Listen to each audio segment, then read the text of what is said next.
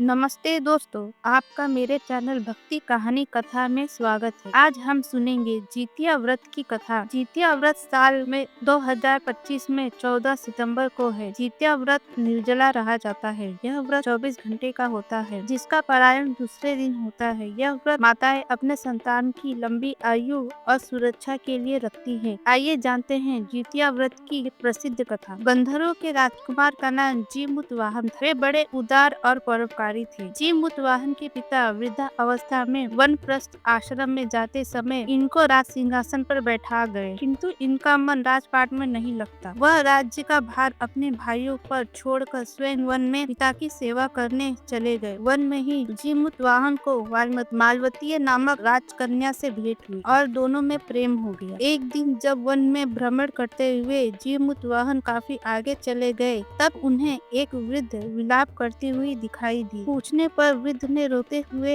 बताया, मैं नाग वंश की हूँ। मुझे एक ही पुत्र है। पक्षी राज गरुड़ के कोप से मुक्ति दिलाने के लिए नागों ने यह व्यवस्था की है कि वे गरुड़ को प्रतिदिन भक्षण हेतु एक युवक नाग सौंपेंगे। आज मेरे पुत्र शंखचूड़ की बलि का दिन है। आज मेरे पुत्र के जीवन पर संकट है और थोड़ी देर बाद ही मैं पुत्र विहीन हो जाऊंगी। एक स्त्री के लिए इससे बड़ा दुख क्या होगा कि उसके जीते जी उसका पुत्र न रहे। जीमूतवाहन को यह सुनकर बड़ा दुख हुआ। उन्होंने उस वृद्ध को आश्वासन देते हुए कहा, डरो मत, मैं तुम्हारे पुत्र के प्राण की रक्षा करूंगा। आज उसके स्थान पर स्वयं को मैं अपने आप को उसके लाल कपड़े में ढककर वध्यशिला पर लेटूंगा, ताकि गरुड़ मुझे खा जाए पर तुम्हारा पुत्र बच जाए। इतना कहकर जीमूतवाहन ने शंखचूड़ के हाथ से लाल कपड़ा ले लिया और वे उसे लपेटकर गरुड़ को बलि देने के लिए चुनी गई वध्यशिला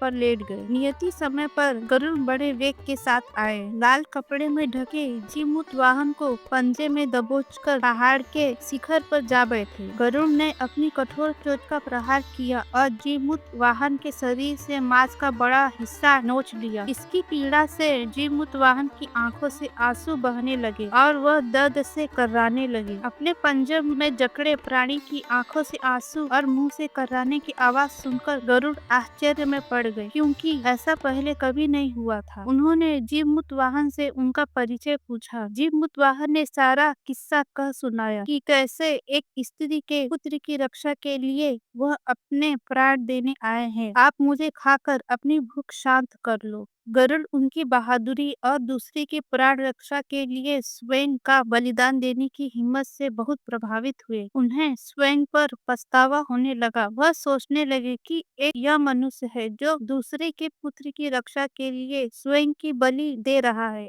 और एक मैं हूँ जो देवों के संरक्षण में हूँ, किंतु दूसरे की संतान की बलि ले रहा हूँ। उन्होंने जीमूतवाहन को मुक्त कर दिया। गरुड़ ने कहा, हे उत्तम मनुष्य, मैं तुम्हारी भावना और त्याग से बहुत प्रसन्न हूँ। मैं तुम्हारे शरीर पर जो घाव है उसे ठीक कर देता हूँ। तुम अपनी प्रसन्नता के लिए मुझे कोई वरदान मांगने के लिए वरदान मांगो। राजा जीमूतवाहन कहने लगे कि हे पक्षीराज, आप तो सर्व समर्थ हैं। यदि आप प्रसन्न हैं और वरदान देना चाहते हैं तो आप सर्पों को अपना आहार बनाना छोड़ दें। आपने अब तक कितनों के प्राण लिए हैं, उन्हें जीवन प्रदान करें। गरुड़ ने सबको जीवन दान दे दिया और नागों की बलि न लेने का वरदान दे दिया। इस प्रकार जीमूतवाहन ने साहस से नाग जाति की रक्षा हुई। गरुड़ ने कहा, तुम्हारी जैसी इच्छा हो वैसा ही होगा।